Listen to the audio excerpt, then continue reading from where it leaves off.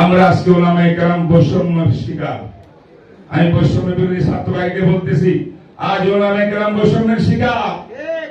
কথা বলেন শিকার না? দেখছেন আন্দোলন হইল, একটা জালেম সরকারের পতন হইল, আর সাথে সাথে অনেক মসজিদের ইমাম, খতিব, ভালো ভালো মানুষ, বিজ্ঞ ওলামা, এদের বিরুদ্ধে একটা কথিত দল তারা ক্ষমতার। আসসালামু আলাইকুম ওয়া রাহমাতুল্লাহি ওয়া বারাকাতুহু। নাহমাদুহু ওয়া নুসাল্লি আলা রাসূলিহিল কারীম, আম্মা বা'দ।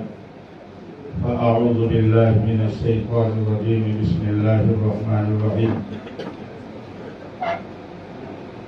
يا أيها النبي إنا أرسلناك شاهدا ومبشرا ونذيرا وداعيا إلى الله بإذنه وسراجا منيرا. صدق الله مولانا العظيم. মাহে রবিউল আউয়াল, এই মাসের একটা বিশেষ গুরুত্ব আছে মুসলিম সমাজে। এই মাসে আজকে আমাদের জাতীয় উলামা মাশায়েখ আইম্মা পরিষদের উত্তরার পক্ষ থেকে একটি গুরুত্বপূর্ণ সেমিনারের ব্যবস্থা করেছেন। যে সেমিনারের বিষয়বস্তু হল আদর্শ সমাজ রাষ্ট্র গঠনে রাসূলুল্লাহ সাল্লাল্লাহু আলাইহি ওয়াসাল্লামের ভূমিকা আর আমাদের করণীয়। আজকের এই সেমিনারের প্রধান অতিথি লক্ষ কোটি মানুষের প্রাণের স্পন্দন সৈয়দ ফয়জুল করিম দামাত বারাকাতুহুম শেখে চরমাই বসা আছেন। আরো বিজ্ঞ ওলামায়ে কেরাম আছেন। দীর্ঘক্ষণ আলোচনা আমিও শুনতেছিলাম বিজ্ঞ ওলামাদের। তা আমি আলোচনাকে বেশি দীর্ঘায়িত করব না, কয়েকটি বিষয়ে আমি দৃষ্টি আকর্ষণ করছি। নম্বর 1, আজকে বাংলাদেশের মুসলমান বাংলার নাগরিকরা অত্যন্ত খুশি যে বৈষম্য বিরোধী ছাত্র আন্দোলনের মাধ্যমে ওলামা মাশায়েখ দেশের সর্বস্তরের ন্যায়পরায়ণ মানুষের সহযোগিতায় এই দেশের মধ্যে একটা বিপ্লব ঘটে আজকে আমরা স্বাধীনভাবে হক কথা বলার সুযোগ পেয়েছি। এবং আমরা একটা প্রধান উপদেষ্টা পেয়েছি ডক্টর ইউনূস সাহেব, যিনি শুনেছি যে আমরা জানি শান্তির উপরে একটি নোবেল পাইছে। তো এইটার জন্য অনেকে আমরা খুশি। ওনার বক্তব্যগুলো অনেক সুন্দর। বক্তব্যগুলোর ভিতরে ইনসাফ, সুবিচার, দুর্নীতি দূরীকরণ, বৈষম্য দূরীকরণ সবকিছু সুন্দরভাবে ফুটে উঠতেছে। এই কথাগুলো আসলে ডক্টর ইউনূসের কথা নয়, এই কথাগুলো ইসলামের কথা, কোরআনের কথা, হাদিসের কথা। তিনি তো শান্তিতে নোবেল বিজয় হয়েছেন এই দেশে বা আমেরিকাতে, বর্তমান বিশ্বে। আর আমরা এমন একজন মুহাম্মদুর রাসূলুল্লাহ সাল্লাল্লাহু আলাইহি ওয়াসাল্লাম পেয়েছি, পৃথিবীর ইতিহাসের ভিতরে সবচেয়ে বড় শান্তির বিজয়ী হলেন মুহাম্মদুর রাসূলুল্লাহ সাল্লাল্লাহু আলাইহি ওয়াসাল্লাম। মাইকেল হার্ট জানেন, আপনার গ্রন্থ লিখেছে দি 100, পৃথিবীর হাজার বছর ইতিহাসে, পৃথিবীর ইতিহাসের 100 জন 5 ব্যক্তিকে গবেষণা করে তার জীবনী রচনা করেছে। তিনি একজন খ্রিস্টান দার্শনিক, আর বইটা যিনি ছাপাইছেন তিনিও খ্রিস্টান। খ্রিস্টান হওয়া সত্ত্বেও তিনি যখন দি 100 100% সমাজের সংস্কারক এবং ন্যায়পরায়ণ ব্যক্তিদের তালিকা নির্ণয় করেছেন, তখন সিরিয়াল নম্বর 1 কাকে দিবেন এই নিয়ে দীর্ঘক্ষণ পর্যালোচনা করার পরে সিদ্ধান্ত নিতে বাধ্য হয়েছে ইতিহাসের পাতা দেখে যে 1 নম্বর রাখতে হবে, যেটা আমার ধর্ম নয় ইসলাম, আমার নবীও নয়, আমি খ্রিস্টান, মুসলমানের নবী সেই মুহাম্মদুর রাসূলুল্লাহ হবে বিশ্বের ইতিহাসে 1 নম্বর সংস্কারক এবং শান্তিপ্রিয় ব্যক্তি। তাই ডক্টর ইউনূসকে পাইয়ে আমরা খুশি। যদি আমরা মুহাম্মদুর রাসূলুল্লাহ সাল্লাল্লাহু আলাইহি ওয়াসাল্লামের আদর্শকে এই জমিনে বাস্তবায়ন করতে পারি, তাহলে মুসলমানের তামাম পৃথিবীর জন্য একটা জান্নাতি পরিবেশ কায়েম হবে, তামাম পৃথিবীর মধ্যে একটা বিশাল ইতিহাস হবে। মহতরম হাজরিন, বিশ্বনবীর অবদান অবদান কি বলবো? রসুলের এক একটা জীবনী এত অধ্যায়, এত লম্বা। আমি একটা বক্তৃতার কথা বলি। মুহাম্মদ রাসূলুল্লাহ সাল্লাল্লাহু আলাইহি ওয়াসাল্লাম রসুল হওয়ার পরে এক পর্যায়ে মক্কা মুকাররমার ভিতরে বড় বড় গুণীজনদেরকে বসাইয়া একটা বক্তব্য দিয়েছিলেন। ছোট্ট একটা কোট করতেছি আমি। তিনি বলেছিলেন, হে আরববাসী, হে আমার জাতি, আইয়ুহান নাস, আইয়ুহাল আরব, আজকে তোমরা পেরেশান, আজকে তোমরা নিরাপত্তা পাচ্ছ না, নিরাপত্তাহীন ভুগতেছো। তোমাদের কোন বাণিজ্য কাফেলা যদি মক্কা থেকে সিরিয়ার দিকে যায়, ইয়ামানের দিকে যায়, অজস্র সৈন্য লস্কর সাথে নিয়ে বাণিজ্য কাফেলা গেলেও পথের ভিতরে তোমাদের নিরাপত্তা নাই। লুটেরা, ডাকাত, চোর এইগুলা ধরে তোমাদের সব লুটপাট করে নিয়ে যায়। এই হলো আরবের বর্তমান অবস্থা। কিন্তু আমি যে মুহাম্মদ রাসূলুল্লাহ হয়ে এসেছি, বিশ্বাস করো, ইয়া আইয়ুহান নাস কুলু লা ইলাহা ইল্লাল্লাহ তুফলিহুন। যদি লা ইলাহা ইল্লাল্লাহ মুহাম্মদুর রাসূলুল্লাহ এই কালেমার মন্ত্র যদি এই জমিনে প্রতিষ্ঠা করার সুযোগ দাও, তাহলে মক্কা নগরী থেকে সেই ইয়ামান পর্যন্ত একজন সুন্দরী নারী মাথার ভিতরে স্বর্ণের বোঝা মাথায় নিয়ে একা একা আসবে, কেউ থাকবে না। পথের ভিতরে একটা লোক তাকে প্রশ্ন করার মতো, চোখ উত্তোলন করার মতো কোনো লোক পাওয়া যাবে। এর দ্বারা কি প্রমাণ হয় না মুহাম্মদ রাসূলুল্লাহ সাল্লাল্লাহু আলাইহি ওয়াসাল্লাম কি সমাজ উপহার দিয়েছেন, কি রাষ্ট্র উপহার দিয়েছেন? আপনি কোন দিকটা বলবেন? রাষ্ট্র সমাজের ব্যাপারে বললে সমাজ তিনি কায়েম করছিলেন সহি আকীদা, ধর্ম ভিত্তিক সমাজ। ঠিক না? ঠিক বলে আকীদা ভিত্তিক সমাজ।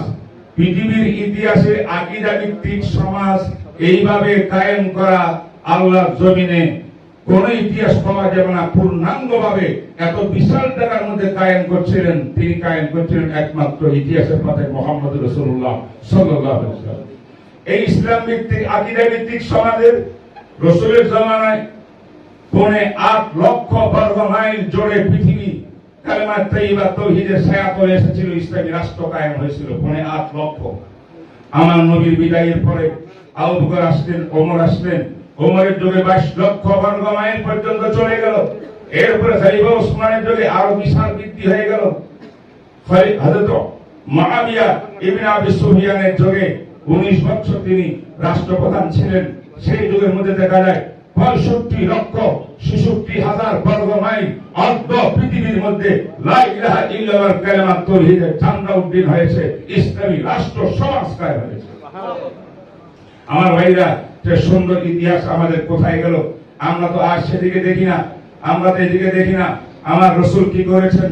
তিনি সত্যিকার প্রথমে মসজিদে নববী কায়েম করছেন মদিনা শরীফের মধ্যে গিয়া। মসজিদে নববী হলো ইসলামী রাষ্ট্রের কেন্দ্র। বলেন সুবহানাল্লাহ। একটা মসজিদের ভিতরে নামাজ হবে আল্লাহর সাথে প্রেম ভালোবাসা কায়েম করার মাধ্যম। তাম পৃথিবীর মানুষকে শিক্ষা দিলেন, হে দুনিয়ার মানুষ, ইসলামী সমাজ যদি চাও, শান্তির সমাজ চাও, বৈষম্যহীন সমাজ চাও এবং ন্যায় নীতিপূর্ণ রাষ্ট্র চাও, তাহলে 1 নম্বরে তোমাকে সিজদারত হইয়া মহান প্রভুর সঙ্গে সম্পর্ক করতে হবে। এটা নামাজ, সালাত, ইকামাতুস সালাত। এটা ইসলামী রাষ্ট্রের প্রধান একটা কাজ ছিল ইকামাতুস সালাত, সেটা আমার নবী করেছেন। এরপরে সেইখানে ইসলামী শিক্ষা ব্যবস্থা ছিল, আসহাবে সুফা মাদ্রাসা ছিল। কারণ শিক্ষাই হলো মানব জাতির মেরুদণ্ড। এই মেরুদণ্ডকে সঠিক করার জন্য, সঠিক আল্লাহকে জানার মতো শিক্ষা প্রতিষ্ঠা করার জন্য মসজিদে নববীর ভিতরে সুফা মাদ্রাসা প্রতিষ্ঠা করেছিলেন। এটাই ছিল ইসলামী রাষ্ট্রের সাইকোলজি। 2 নম্বর কাজ। 3 নম্বর কাজ ছিল এই মসজিদে নববীর ভিতরে মুহাম্মদ রাসূলুল্লাহ সাল্লাল্লাহু আলাইহি ওয়াসাল্লাম তিনি একদিকে মুফতি, একদিকে রাসূল, একদিকে মুরব্বী, একদিকে অভিভাবক, আরেকদিকে তিনি ছিলেন বিচারক, প্রধান বিচারক। যে কোনো মামলা সমস্যা হইতো বিচার ব্যবস্থা কায়েম করছেন মসজিদে নববীর ভিতরে। এবং রাজনীতি যত কথাবার্তা ছিল রাষ্ট্র পরিচালনার সব পরামর্শ হইতো মসজিদের নববীর ভিতরে। এই মসজিদের নববীর থেকে জিহাদ পরিচালনা হইতো, দাওয়াত পরিচালনা হইতো। এই মসজিদ নববীর থেকে মুজাহিদদেরকে কাতারবন্দি করা হইতো, তাদের সেনাপতি ঠিক করা হইতো। সবকিছু ইসলামী রাষ্ট্রের মেইন কেন্দ্র ইতিহাসের পাতায় লেখে মসজিদ নববী হলো মেইন কাণ্ড। আমার ভাইরা, এই মসজিদ নববীতে আযান প্রথা শুরু হয়েছে। আব্দুল ইবনে যায়েদ ইবনে আব্দুর রাব্বিহি একজন সাহাবীর স্বপ্নের মাধ্যমে আযান, এই আযান প্রবক্তা আযানের ভিতরে ইসলামী রাষ্ট্রের খবর আছে, ইসলামী রাষ্ট্রের শিক্ষা আছে, ইসলামী সঠিক সমাজের শিক্ষা রয়েছে। কি আছে আযানের ভিতরে? আল্লাহু আকবার, আল্লাহু আকবার, আল্লাহ সবচেয়ে মহান, আল্লাহ সবচেয়ে মহান। আল্লাহু আকবারের মাধ্যমে বিশ্বের মধ্যে আবু জাহেলের শাসন ব্যবস্থা থেকে নিয়ে নমরুদ, ফেরাউন সহ যত সন্ত্রাসী, যত রকমের খারাপ এবং জালেম শাসক ছিল, সমস্ত শাসকের বিরুদ্ধে একটা অ্যাটম বোম করেছে। আল্লাহু আকবার মানে বড় তো আল্লাহর জন্য। আল্লাহকে বাদ দিয়ে কেউ নিজে নিজে বড় হইতে পারে না, শাসক হইতে পারে না। আমার ভাইরা, এই আযানের ভিতরে রয়েছে আশহাদু আল্লা ইলাহা ইল্লাল্লাহ। অর্থ কি? আমি সাক্ষ্য দিচ্ছি আল্লাহ ছাড়া কোনো মাবুদ নাই, অর্থাৎ আল্লাহ আমার প্রভু, তিনি আমার শাসক, তিনি হাকিম। তার বিধিবিধান আমার বাস্তবায়ন করতে হবে, আমাকে আমার আল্লাহর সামনে মাথা নত করতে হবে, আমার পুরো জীবনটা আল্লাহর বিধান অনুযায়ী চলতে হবে। এই যে তাওহীদের শিক্ষা, আকীদার শিক্ষা, এই শিক্ষার মধ্যে সমাজ কায়েম করা, রাষ্ট্র কায়েম করা, সবকিছু আশহাদু আল্লা ইলাহা ইল্লাল্লাহ ওয়া আশহাদু আন্না মুহাম্মাদুর রাসূলুল্লাহ এই বাক্যের মধ্যে লিপিবদ্ধ আছে। আমার ভাইরা, আবার যদি সামনে যাই, ওয়া আশহাদু আন্না মুহাম্মাদুর রাসূলের ভিতরে এটা আরেকটা শিক্ষা আছে। আল্লাহ পাক বলেন, বড় তো আমি, এই পৃথিবী আমার, জমিন আসমানের মালিক আমি আল্লাহ। আমি আমার পক্ষ থেকে মুহাম্মদুর রাসূলুল্লাহকে খলিফা, আমার প্রতিনিধি নিয়োগ করলাম। সরাসরি আমি আল্লাহ, মুহাম্মদ আমার খলিফা, খলিফাতুল্লাহ। এই খেলাফত কিয়ামত পর্যন্ত চলবে। হয়তো কোন সময় খেলাফতের নামে, হয়তো কোন সময় ইমারতের নামে, ইসলামী হুকুমতের নামে এটা চলতে থাকবে, এটা বন্ধ হবে না। আবু বকর সিদ্দিক যখন রাষ্ট্রপ্রধান হইলেন, ওনাকে খলিফাতুর রাসূলুল্লাহ বলে, খলিফাতুল্লাহ বলে না। কেন? তার কারণ কি? ডাইরেক্ট রাসূল যিনি, তিনি আল্লাহর খলিফা, এরপর রাসূলের খলিফা আবু বকর সিদ্দিক, তাই তিনি খলিফাতুর রাসূলুল্লাহ। ওনার খলিফা ওমর ফারুক, তাই তিনি খলিফাতুর রাসূলুল্লাহ। এইভাবে আল্লাহর জমিনে ইসলামী রাষ্ট্র, শরিয়া ভিত্তিক রাষ্ট্র, সমাজ কায়েমের জন্য একটা নিজাম, একটা সিস্টেম আমার আল্লাহ করে দিয়েছেন। সেই সিস্টেমের প্রথম প্রবর্তক জনাবে মুহাম্মদুর রাসূলুল্লাহ সাল্লাল্লাহু আলাইহি ওয়াসাল্লাম। এটাই হলো ওয়া আশহাদু আন্না মুহাম্মাদুর রাসূলুল্লাহ অর্থ। আমার ভাইরা, আমি বেশি লম্বা করব না, কথা অনেক দেরি হয়ে যাবে। ইতিহাসের সূচনা লগ্ন থেকে এইভাবে শুরু করলে দেখবেন আমার রাসূল সাল্লাল্লাহু আলাইহি ওয়াসাল্লাম মদিনা মুনাওয়ারার মসজিদ নববীর পাশে আজওয়াজে মুতাহহারাত আমাদের আম্মাদানের জন্য ফ্যামিলি কোয়ার্টার করে দিয়েছেন। আর আম্মাদানের সঙ্গে রাসূলের কি আদর্শ চলছে, এটা হলো আমার পারিবারিক সিস্টেম। ইসলামের পারিবারিক সিস্টেম কেমন হবে, নারীর অধিকার কি হবে, স্বামীর অধিকার স্ত্রীর উপরে কি, স্ত্রীর অধিকার স্বামীর উপরে কি, একটা সমাজ কায়েম করতে হলে কেমন করে সুন্দর সমাজ কায়েম করা লাগবে, নারীদেরকে কি কি অধিকার দেওয়া হবে, এইগুলো শুধু কোরআন হাদিসে মুখের বাণী নয়, কালামের বাণী নয়, বরং আমার রাসূল নিজে বাস্তবায়ন করে দেখেছেন। এটাই হলো ইসলামী রাষ্ট্র এবং ইসলামী সমাজের মূল নারী আপনার ব্যক্তিগত পারিবারিক পারিবারিক সিস্টেমের একটা মূল মন্ত্র হয়েছে। আমার ভাইরা, এইভাবে আমরা যদি চাই ইসলামী অর্থনীতির ব্যবস্থা আমার রাসূল করেছেন। রাসূলের রাষ্ট্র ছিল কয়েক রকম, কয়েকটা গুণাবলী। এক নম্বর রাষ্ট্র ছিল ওনার রাষ্ট্র আকীদা ভিত্তিক, ধর্ম ভিত্তিক, ইসলাম ভিত্তিক, তাওহীদ ভিত্তিক। দুই নম্বর ছিল রাসূলুল্লাহ সাল্লাল্লাহু আলাইহি ওয়াসাল্লামের গঠিত সেই দেশটা ইসলামী রাষ্ট্র, সেই রাষ্ট্র ছিল মানব অধিকার বাস্তবায়নের রাষ্ট্র। ওনার রাষ্ট্রের মধ্যে কোন মানুষের কেন কোন প্রাণীর পর্যন্ত অধিকার ক্ষুণ্ণ করতে কেউ পারে না। ঠিক না বেরিয়ে বলেন? রাসূলুল্লাহ সাল্লাল্লাহু আলাইহি ওয়াসাল্লাম বিদায় হজ ভাষণে সেটা বলেছেন, ইন্না দিমাআকুম ওয়া আমওয়ালাকুম ওয়া আ'রাদাকুম হারামুন আলাইকুম কাহুরমাতি ইয়াউমিকুম হাদা ওয়া ফি বালাদিকুম হাদা ওয়া ফি শাহরিকুম হাদা। আজ জাতিসংঘ আমাদেরকে মানব অধিকারের সবক শোনায়। মানব অধিকার 32টা ধারা তারা উপস্থাপন করেছে, সেখানে ধারা উপধারা মিলিয়া। কিন্তু আল্লাহর কসম, জাতিসংঘের মানব অধিকারের ধারা এইগুলো আসলে বাস্তব মানবাধিকার নয়। সত্যিকার মানবাধিকার ওইটাই যে মুহাম্মদ রাসূলুল্লাহ ইসলামী রাষ্ট্রের জন্য বিদায় হয় বাসনীয় পুনর্ব্যক্ত করেছিলেন, সেটাই হলো সত্যিকারের মানবাধিকার। এই ইসলামী রাষ্ট্র কায়েম হইলে একটা মানুষ অন্যায়ভাবে খুন হবে না, মারা হবে না, মারা যাবে না। কারণ দেনা তার প্রাণ নিয়ে বেঁচে থাকার অধিকার তার। এই অধিকার মধ্যে আরেকজন অন্যায়ভাবে পূর্ণ করতে পারবে না। কোন মানুষের মাল লুণ্ঠন হবে না, ডাকাতি হবে না, চুরি হবে না। একটা কি সুন্দর জান্নাতি সমাজ কায়েম হবে। কারণ ইসলাম বলে তার সম্পদের সমস্ত নিরাপত্তা দিয়েছে আমি আল্লাহ। তাই ইসলাম দিয়েছে মানবতা, ইসলাম দিয়েছে সম্পদের নিরাপত্তা, ইসলাম দিয়েছে মানুষের ইজ্জত সম্মানের নিরাপত্তা, ইসলাম দিয়েছে মানুষ বাঁচার নিরাপত্তা, ইসলাম দিয়েছে নারী অধিকারের নিরাপত্তা, ইসলাম দিয়েছে নারীদেরকে বাঁচার অধিকার, ইসলাম দিয়েছে নারীদেরকে শিক্ষার অধিকার, ইসলাম দিয়েছে নারীদেরকে সবচেয়ে বেশি সম্মান। কথা বললে অনেক বৃদ্ধি হয়ে যাবে। আমাদের প্রধান অতিথি আছেন, তিনি বিস্তারিত মূল্যবান বক্তব্য আমি শুনবো ইনশাআল্লাহ। আমরা সবাই মিলে কথা একটাই, সামান্য ধারণা দিলাম, সবকিছু বলতে পারি না। এখন আমি বর্তমান প্রেক্ষাপটে একটা কথা বলবো।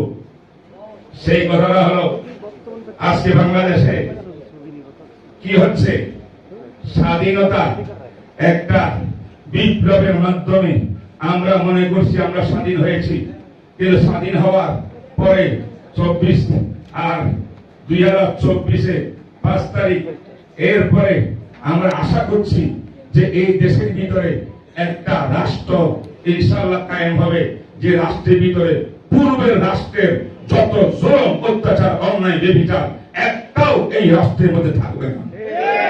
আমি চ্যালেঞ্জ করে বলতে চাই, শপথ করে বলি কোরআন সামনে, হাদিস সামনে, উলামায়ে কেরামের সামনে রাখি বলি, খোদার কসম আপনারা যেই স্বপ্ন শান্তি এবং বৈষম্যহীন রাষ্ট্র এবং শান্তিপূর্ণ রাষ্ট্র প্রত্যেকের অধিকার পাওয়ার রাষ্ট্র কায়েম করতে চান, সেই রাষ্ট্র কায়েমের একমাত্র পথ হল ইসলামী রাষ্ট্র কায়েম, আর কেউ না। আরেকটা তাকে দেখান, বিশ্বের মধ্যে পৃথিবীতে কোন এমন তন্ত্র মন্ত্র দেখাতে পারে নাই যে তন্ত্র মন্ত্রের দ্বারা সত্যিকার মানবাধিকার প্রতিষ্ঠা হয়েছে, শান্তি প্রতিষ্ঠা হয়েছে। এটা হলো ইসলাম একমাত্র। তাই আমি আমার যুবক সন্তানদেরকে বলি, যাদের রক্ত, যাদের সাহসে, তাদের অবদানে আজ বাংলাদেশে আমরা স্বাধীনভাবে কথা বলার সুযোগ পেয়েছি। বৈষম্য বিরোধী ছাত্ররা, আমাদের কলিজার টুকরা, তাদের সঙ্গে যারা ছিলেন, বিশেষ করে তাদের নেতৃত্বে ছিলেন আজকে এখানে বসা প্রধান অতিথি আল্লামা ফায়জুল করিম দামাত বরকাতুহু।